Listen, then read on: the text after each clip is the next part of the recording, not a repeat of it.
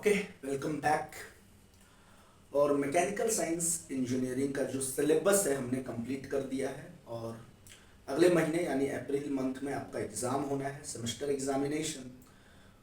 और सिलेबस को हमने बहुत ही अच्छे से कवर किया है। जितने भी आपके 6 यूनिट्स हैं, हमने 6 के 6 यूनिट्स को काफ़ी डिटेल में और काफ़ी अच्छे तरीके से समझाकर पूरा सिलेबस को कंप्लीट किया है। उसके बावजूद भी जो बच्चे हैं वो जिद कर रहे हैं कि सर इम्पोर्टेंट क्वेश्चन।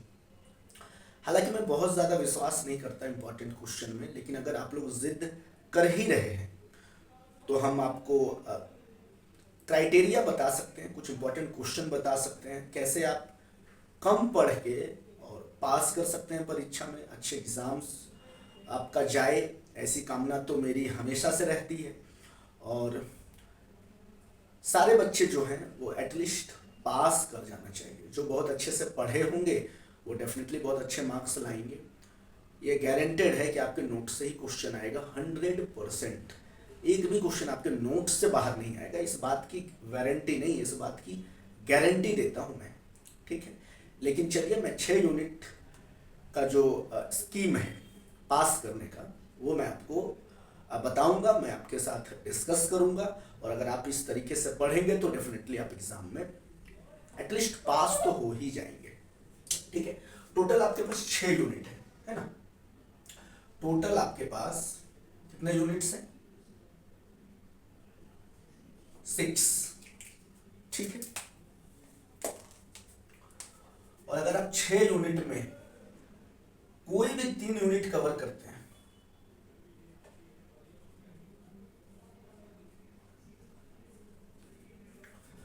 इस 6 यूनिट में अगर आप कोई भी 3 यूनिट पढ़कर जाएंगे तो आप एग्जाम में पास कर जाएंगे 100%। लेकिन उस तीनों यूनिट को बहुत ही अच्छे से आपको कवर करना पड़ेगा।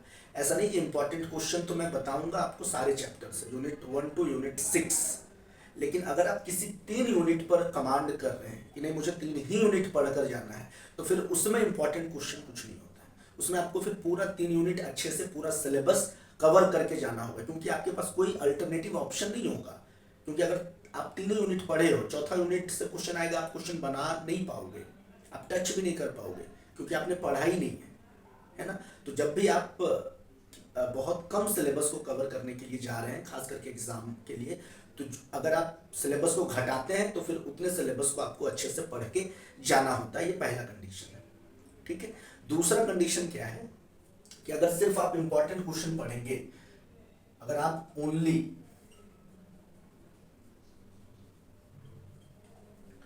इंपॉर्टेंट क्वेश्चन पढ़ेंगे तो फिर आपको टोटल 6 यूनिट्स पढ़ने पड़ेंगे। और इस 6 यूनिट्स में क्या है, सिर्फ और सिर्फ आपको इंपॉर्टेंट क्वेश्चन ही पढ़कर जाना है। ये है सेकंड क्राइटेरिया। फर्स्ट क्राइटेरिया आपने समझ गए, सेकंड क्राइटेरिया भी आई होप आप समझ गए होंगे कि पहला क्राइटेरिया में अगर आप 3 यूनिट चूज करते हैं तो तीनों यूनिट को डिटेल में पढ़िए, पास हो जाइएगा। अगर आप 6 यूनिट चूज करते हैं तो फिर ओनली इंपॉर्टेंट क्वेश्चन पढ़िए, आप पास कर जाइएगा। लेकिन अगर आप टॉप करना चाहते हैं, अच्छे मार्क्स लाना चाहते हैं, अच्छे परसेंटेज लाना चाहते हैं, तो डेफिनेटली आपको 6 के 6 यूनिट को डिटेल में पढ़कर जाना होगा। ठीक है, बट बहुत सारे हिंदी मीडियम के बच्चे होते हैं, कमज़ोर होते हैं, उनके लिए इम्पॉर्टेंट क्वेश्चन होता है, आप उसे पढ़ सकते हैं, इसमें कोई दिक्कत वाली बात नहीं है। ठीक है, आपके पास अगर नोट्स है, आपने नोट्स बनाया है, डेफिनेटली आपको बहुत हेल्पफुल होगा। ठीक है, चलिए एक एक करके हम शुरू करते हैं। स्टार्ट करेंगे हम सबसे लास्ट यूनिट से, है ना। यूनिट 6, यूनिट 5, 4, 3, 2, 1, इस तरह से हम इंपॉर्टेंट क्वेश्चन आपको बताते जाएंगे हर यूनिट से, और आपको उतना पढ़कर जाना है। मैं क्वेश्चन पूरा लिखूंगा नहीं, क्योंकि वो टाइम है ना, टाइम वेस्ट होगा उससे। मैं आपको टॉपिक बताऊंगा और उस टॉपिक को आप पढ़ के जाओगे एग्जाम में। ठीक है, और जो टॉपिक बताऊंगा वही क्वेश्चन ही रहेगा, बस उसमें कुछ एक्स्ट्रा 2-3 वर्ड ऐड कर दिया जाएगा और वो बन जाएगा क्वेश्चन आपके लिए। ठीक है, चलिए एक बार चेक कर लेता हूँ रिकॉर्डिंग हो रही है या नहीं, उसके बाद हम इंपॉर्टेंट क्वेश्चन की तरफ बढ़ेंगे। ठीक है,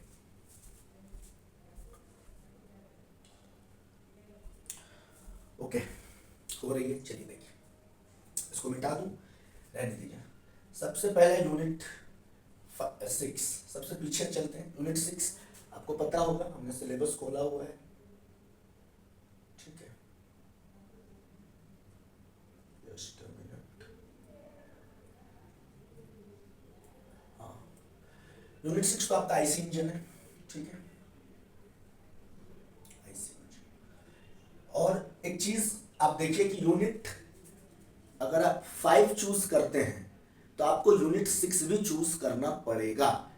अभी जो पहला कंडीशन बताया था एनी 3 यूनिट, तो इसमें समझिए आप कि अगर आप यूनिट 5 को चूज करते हैं, यूनिट 5, तो इसके साथ यूनिट 6 मैंडेटरी हो जाएगा। यूनिट 5 और 6 2 यूनिट हो गए, और बाकी के जो 4 यूनिट बचे उस यूनिट से आपको कोई भी एक यूनिट पढ़ लेना होगा, कोई भी एक यूनिट। 3 यूनिट हो गया। और अगर आप 5 6 चूज नहीं करते हैं, मान लीजिए आपको इंजन का पार्ट नहीं पढ़ना है, तो टोटल 4 यूनिट बचे, 1 2 3 4, फिर उस 4 यूनिट में आप कोई भी 3 यूनिट पढ़कर एग्जाम में जा सकते हैं। लेकिन अगर आप 5 चूज करेंगे तो 6 चूज करना होगा, अगर आप 6 चूज करेंगे तो भी आपको 5 चूज करना होगा। 5 और 6 इकट्ठा रहेंगे, मिलकर रहेंगे। बात समझ में आ रही है? तो यूनिट 6 आईसी इंजन है, और यूनिट 5 क्या है?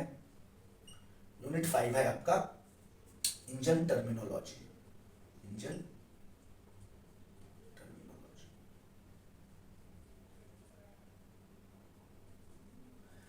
ठीक है, इंजन टर्मिनोलॉजी है।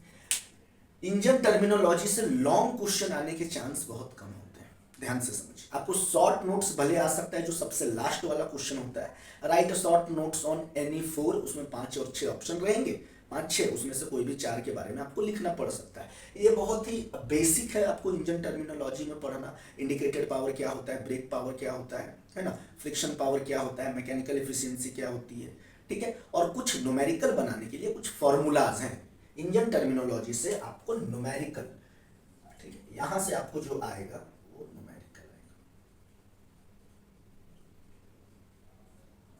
ठीक है। आपके पास 10-12 फॉर्मूलाज के लिस्ट होंगे, और उस फॉर्मूला पर आप न्यूमेरिकल को प्रैक्टिस करेंगे तो आपका यूनिट 5 कवर हो जाएगा। बहुत ही ईजी होता है न्यूमेरिकल, बस फॉर्मूला में आप पुट करेंगे, और हमने आपको बहुत सारे न्यूमेरिकल्स प्रैक्टिस कराए हैं। अगर आप उन न्यूमेरिकल्स को पढ़ेंगे, डेफिनेटली वो काफ़ी ज़्यादा हेल्पफुल होगा आपके एग्जाम में। और जब आप न्यूमेरिकल सॉल्व करेंगे तो साथ ही साथ indicated power, brake power, friction power, efficiency, है ना, ये सारी चीज़ें कवर हो जाती है, ठीक है। तो बोर क्या होता है, आपका स्ट्रोक क्या होता है, हर चीज़ें आपकी कवर हो जाएगी, ठीक है। Clearance volume, swept volume, compression ratio, और इंजन क्या होता है, इंजन, आईसी इंजन और ईसी इंजन के बीच में क्या डिफरेंस है, ये सारी जो चीज़ें हैं ये काफ़ी नॉर्मल चीज़ें हैं यूनिट 5 के लिए। लेकिन जो सबसे मोस्ट इंपॉर्टेंट है वो न्यूमेरिकल, ठीक है, यूनिट 5 से। और यूनिट 6 से साहब आपको सिर्फ और सिर्फ 4 ही टॉपिक है, कोई भी एक टॉपिक आएगा आपका। आप 2 स्ट्रोक पढ़ लीजिए और 4 स्ट्रोक पढ़ लीजिए, बस। दोनों के लिए, petrol and diesel, petrol and diesel, बस। 2 stroke petrol engine, 2 stroke diesel engine, 4 stroke petrol engine, 4 stroke diesel engine. इसमें से आपको डेफिनेटली क्वेश्चन आएगा, और अगर आप इसको पढ़ लेते हैं तो यहाँ से जो भी क्वेश्चन आएगा, इधर डिफरेंस आए या शॉर्ट नोट्स आए या फिर आपका एमसीक्यू से कोई भी क्वेश्चन आएगा, आप सॉल्व कर लेंगे, ठीक है। यूनिट 5 और यूनिट 6 यहाँ पे कवर हो जाता है, आपका 2 यूनिट कवर हो गया। और इतना ही अगर आप पढ़ेंगे तो 15 से 20 मार्क्स आप आराम से ला सकते हैं। यकीन मानिए 15 to 20 मार्क्स आप आराम से ला सकते हैं यूनिट 5 और यूनिट 6 को पढ़ के। लेकिन 15 और 20 मार्क्स में तो आप पास नहीं कर पाएंगे, तो एक यूनिट को और ऐड करना पड़ेगा। तो जो बच गए उसमें से आपको जो आसान लगेगा आप एक यूनिट पढ़ेंगे, ठीक है। तो अब यूनिट 5 और यूनिट 6 हम खत्म हो गया। कोई डाउट होगा तो आप कमेंट में आप हमसे पूछ सकते हैं, कोई दिक्कत वाली बात नहीं है, ठीक है। चेक कर लेता हूँ, ठीक है, रिकॉर्डिंग हो रही है।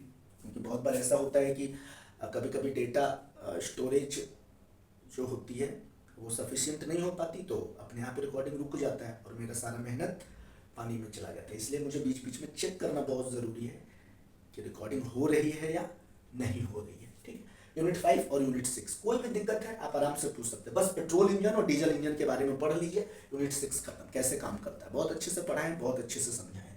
और यूनिट 5 से न्यूमेरिकल आप पढ़ लीजिए। और शॉर्ट नोट्स आपको अगर आएगा भी तो बहुत ही कम है, 3 ही 4 टॉपिक है जिससे हर बार शॉर्ट नोट्स आता है, कंप्रेशन रेशियो हो गए, क्लियरेंस वॉल्यूम हो गया, है ना, आपका स्वेप्ट वॉल्यूम क्या होता है, ये हो गया, या फिर आईसी इंजन ईसी इंजन में क्या डिफरेंस है, 2 स्ट्रोक और 4 स्ट्रोक में क्या डिफरेंस है ना। बस इतना ही क्वेश्चंस बहुत ही अच्छे से आपके नोट्स में अवेलेबल होगा। आई थिंक यूनिट 5 और यूनिट 6 आपको समझ में आ गया होगा, ठीक है। इसके बाद जो जाएंगे वो थोड़ा हल्का सा आपको उसमें समय देना होगा, तभी आप समझ पाएंगे। लेकिन मेरे हिसाब से यूनिट 5 और यूनिट 6 काफ़ी इजी यूनिट, ठीक है। अगर आप पढ़ेंगे कम समय में ज़्यादा से ज़्यादा आपको बेनिफिट मिलेगा। चलिए अभी के लिए मैं सिर्फ इसी 2 यूनिट को रखता हूँ इस वाले वीडियो में। अगले वीडियो में फिर किसी 2 यूनिट का इंपॉर्टेंट क्वेश्चन मैं आपके साथ डिस्कस करूँगा, ठीक है। तब तक के लिए आप अपना ख्याल रखिए, मेहनत कीजिए, पढ़िए। जय हिंद।